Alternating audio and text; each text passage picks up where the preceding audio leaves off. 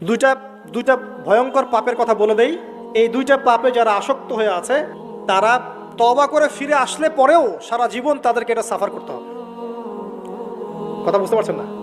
তওবা করে ফিরে এসেছেন মনে করেন, তারপরেও আপনাকে সারা জীবন এই পাপের ফলটা ভোগ করতে হবে।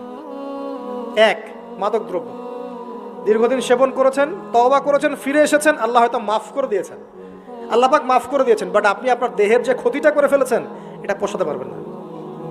এক নাম্বার। দুই, তখন আপনি যদি বিয়ে করেন আপনি স্ত্রীকে সন্তুষ্ট করতে পারবেন না। হ্যাঁ।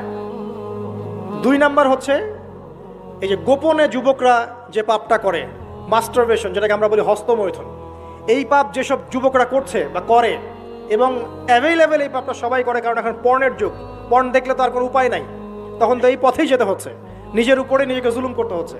যারা হস্তমৈথুন অভ্যস্ত হয়ে গেছে এরা যদি তওবা করে ফিরেও আসে, শরীরের যে ক্ষতিটা হয়েছে এটা পুরো